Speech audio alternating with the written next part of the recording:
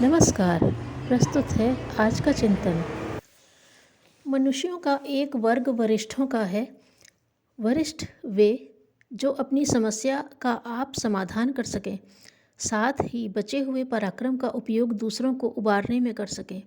महत्ता इन्हीं की है। नदी की प्रचंड धारा को चुनौती देने वाले माझी न हो तो भयानक आपत्तिकाल सामने रहने पर भी लोग नदी किनारे खड़े असहाय अपंगों की तरह रोते कलपते रहेंगे। पुरुषार्थ उस माझी का है जिसकी मांसपेशियां चप्पू को दोनों हाथों से पकड़ती हैं और नाव पर लदे हुओं को पार उतारने का विश्वास भरा अभय दान देती हैं। पार उतरने के लिए व्याकुल भीड़ की तुलना में एक माझी वरिष्ठ है। भगवान किसी को संपन्नता भले ही न दे, पर यदि सच्ची अनुकंपा बरसा सके तो उसे माझी जैसी बलिष्ठता अवश्य प्रदान कर दे। रोगियों की कहीं कमी नहीं, आवश्यकता कुशल चिकित्सक की है। ज्योति गंवाकर दिन में रात्रि जैसा अंधेरा अनुभव करने वालों की कमी नहीं। सराहनीय वे हैं जिन्हें निष्णात चिकित्सक कहा जाता है। तथ्य वरिष्ठता के सौभाग्य का है।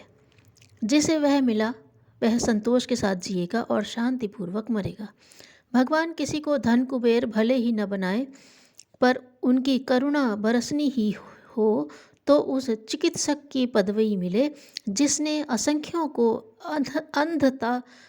अंध तमिश्रा से उबारा और आलोक की दुनिया में हाथ पकड़कर ला बिठाया। मनुष्य की प्रगति का यह एक ही क्रम है कि वह कनिष्ठ न रहकर वरिष्ठ बनने के लिए प्रबल पुरुषार्थ करे। व्यक्ति के उत्थान पतन की धुरी एक ही ध्रुव केंद्र पर टिकी हुई है कि उसने अपने को किस सांचे में ढाला और किस दिशाधारा में बहाया। इस निर्धारण में किसी दूसरे की साझेदारी नहीं। कदम अपने उठते हैं।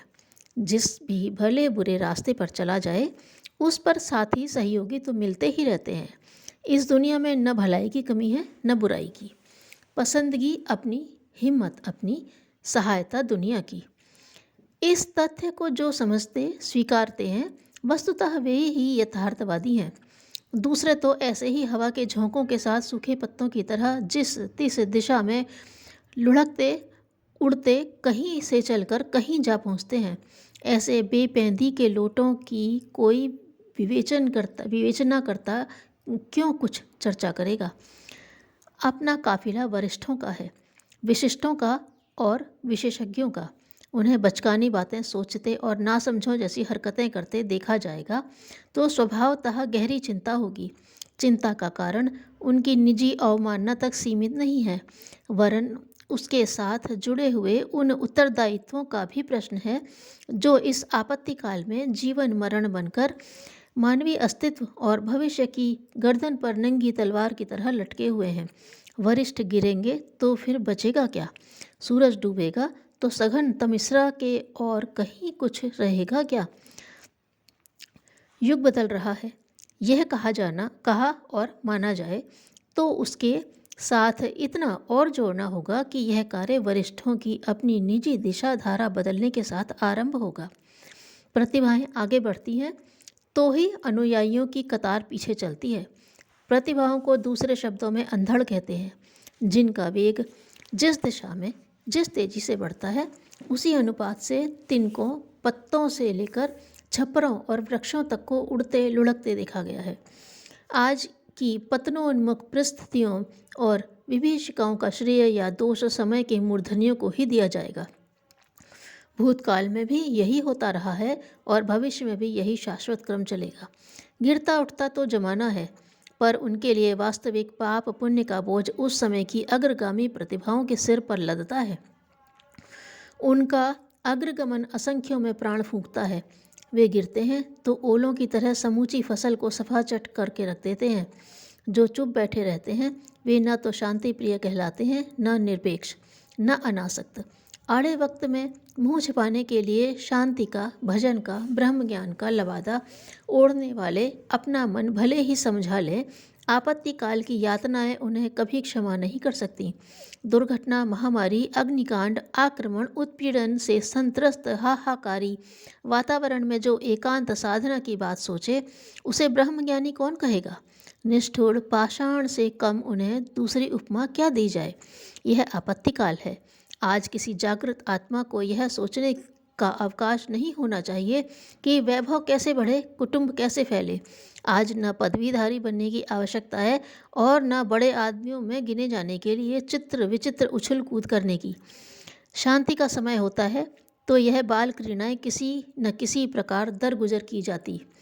ओछे बचकाने लोग यदि इन उथली हरकतों में उलझे रहते तो भी कोई बात नहीं थी, पर वरिष्ठों के पर हेय स्तर का अवसाद चढ़ दौड़े तो इसे उनकी विशिष्टता पर लगा हुआ कलंक ग्रहण की ही कहा जाएगा।